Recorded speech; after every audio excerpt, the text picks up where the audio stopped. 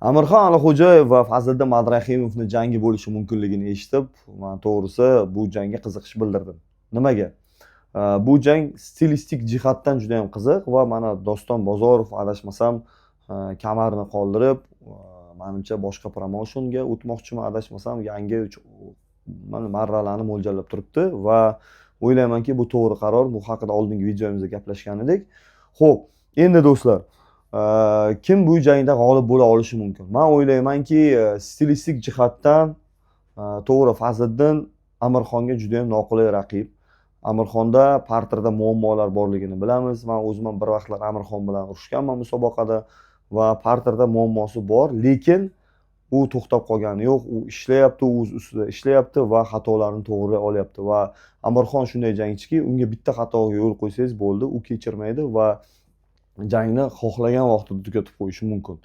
Endi kardio jihatidan aytadigan bo'lsak, mana ko'rdikki, Fazliddinga agar bosim qiladigan bo'lsangiz, u kurashda muammolarga uchraydigan bo'lsa, uni kardio jihatidan muammosi bo'lib qolishi mumkin ekan.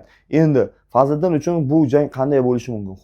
Xuddi Mamajonov bilan bo'lgan jang, lekin o'naqay sportchi bilan bo'ladi. Va menimcha taktikani ko'p ham o'zgartirib o'tirmaydi. O'sha har doimgi taktikasi, ko'p qimirlaydi, zarbalarga o'zini tutgani qo'ymaydi va kurashga olib parterga yiqitishga harakat qiladi. Va agar Amirxon mana shu xatolarga yo'l qo'ymasa, mana shu ishlarni amalga oshirgani qo'ymasa, albatta yuta oladi va chempion bo'lishi mumkin. Chunki katta ehtimol bilan bu jang chempionlik jangi bo'lishi mumkin. Chunki Amirxonning oxirgi nokauti va Fazliddinning faqatgina chempiondan mag'lub bo'lganligini hisobga oladigan bo'lsak, chempionlik jangi ehtimoli juda ham katta va ularning jangi haqiqatan ham ko'pchilikni e'tiborini torta oladi. Stoykada Amirxon albatta Fazliddindan zarbasini kuchini evaziga xavfliroq bo'lib turadi. Klinch Rossiya va O'zbekistonga pul yuborishni xohlaydiganlar uchun Yubor ilovasini tavsiya qilaman. Yubor ilovasida siz yaxshi kurslarda dollar yoki rublda unga pul yuborishingiz mumkin, yoki so'mda yubormoqchi bo'lsangiz, Uzkart yoki Humo kartga past foizlarda bemalol pul yuborishingiz mumkin bo'ladi.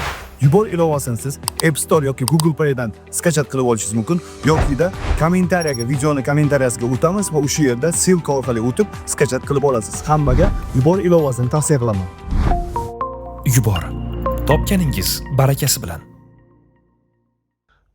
Albatta Amirxon ham Fazliddinning ham imkoniyatini teng baholaymiz, lekin parterda Fazliddinning imkoniyati balandroq deb o'ylayman. Shuning uchun ham Amirxondan talab qilinadigan narsa ko'proq oyoqda qolib, Fazliddinning xatosini ushlashga harakat qilish kerak bo'ladi.